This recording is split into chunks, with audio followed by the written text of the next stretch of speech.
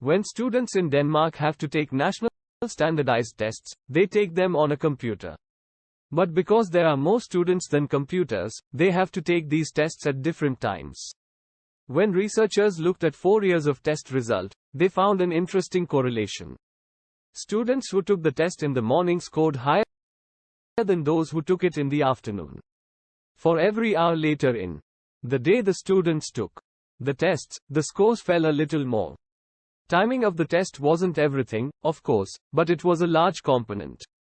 So what exactly is going on here? Well, you might have noticed yourself that sometimes when the afternoon rolls around, you become less productive. You are not as motivated to do the work. You have a harder time focusing, and even the work that you do is of lower quality.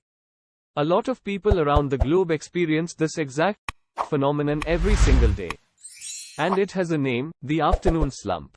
There's a biological reason why this happens.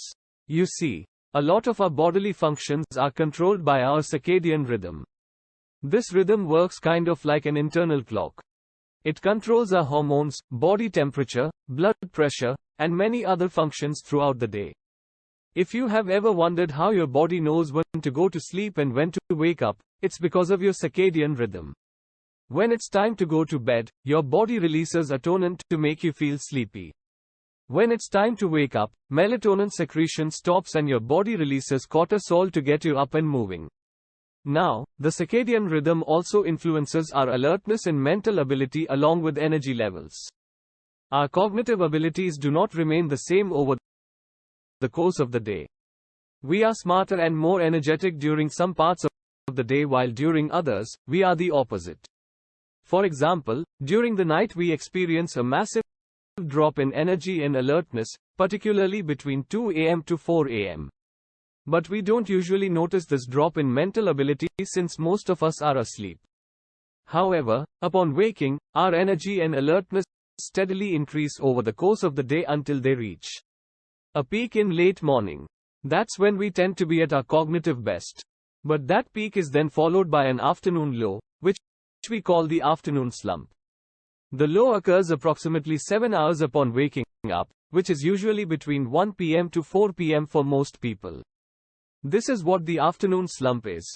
A natural biological occurrence orchestrated by your circadian rhythm. This is why medical professionals make more mistakes, why students get lower scores, and why you are unfocused and unmotivated during the time.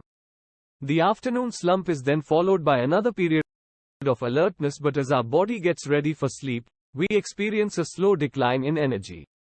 Every person's rhythm is slightly different, but the majority follow a similar pattern.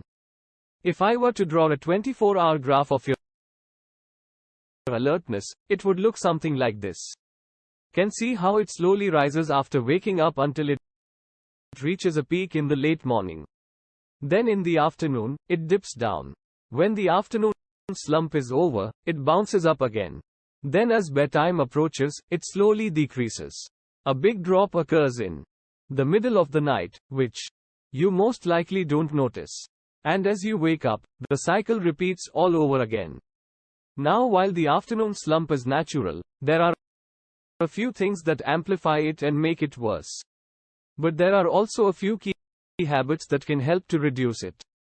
Let's first take a look at what can make the deep worse. One of the things is lack of sleep.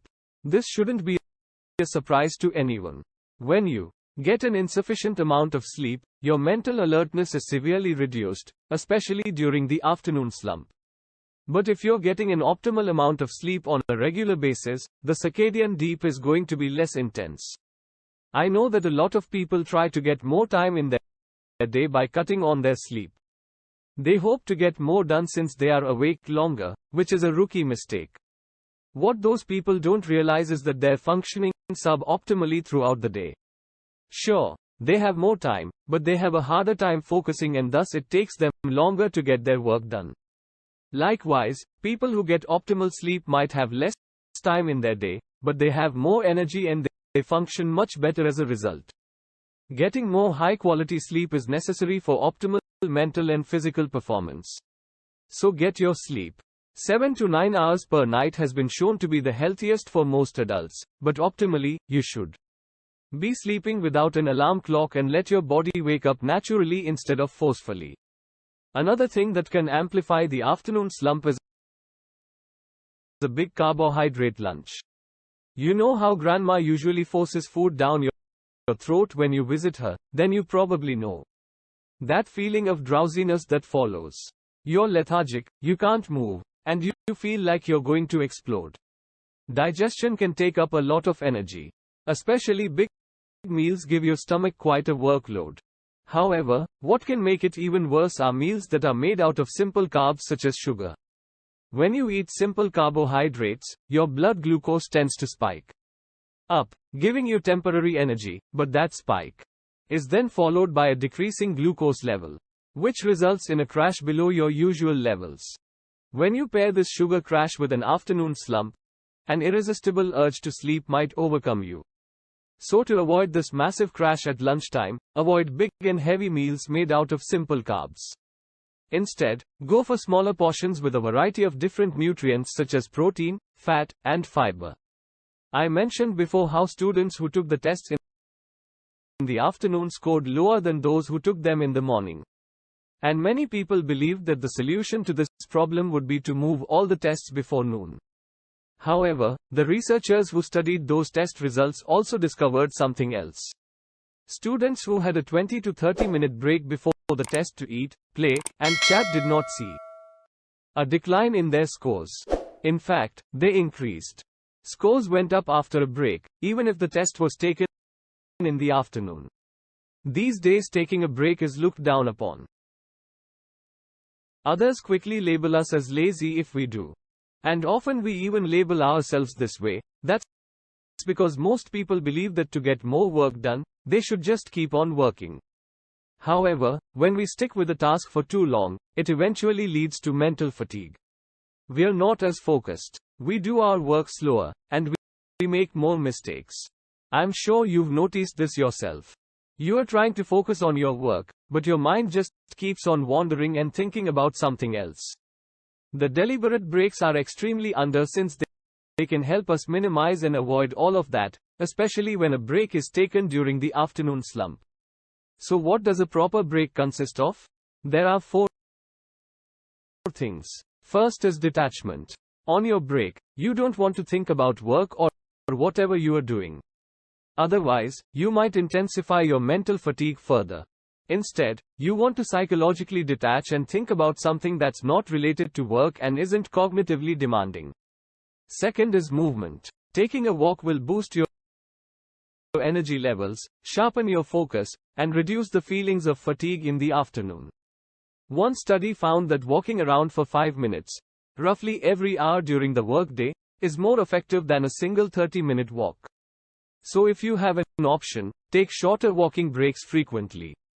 If not, a longer walk break is still better than nothing. Third, go outside. Taking a short walk outdoors will rejuvenate you more than if you take a walk inside. Not only will you get more sun exposure, you will also physically detach from work. Fourth is company. Spending time with others, particularly with people you like, is a great way to recharge. However, if your job requires you to deal with other people, it might be better to spend the break alone, especially if you're more of an introvert. So if you're looking for an ideal restorative break, consider a short walk outside with a friend during which we discuss something other than work. Yet another way to recharge during the afternoon slump is to take a power nap.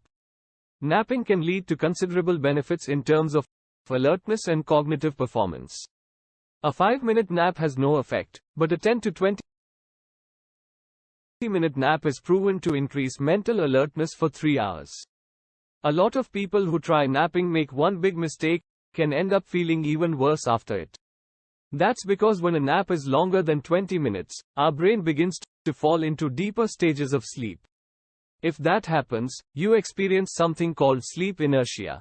You know that feeling in the morning when you wake up and feel groggy, disoriented and sluggish, that's sleepy inertia. And if you nap for too long, you are going to feel more tired and sleepy than before you took the nap. So keep your power naps short. You don't want to fall asleep during the nap, and you shouldn't think of napping as sleeping.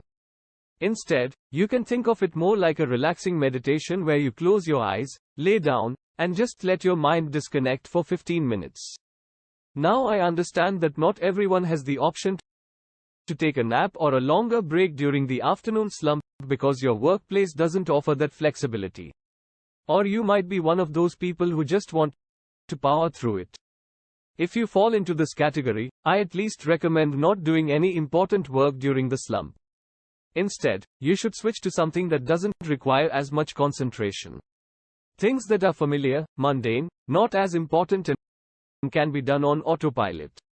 Easy tasks, basically. Your most important and difficult work should be done before or after the slump. That's when your cognitive abilities are at their peak and you don't compromise your work.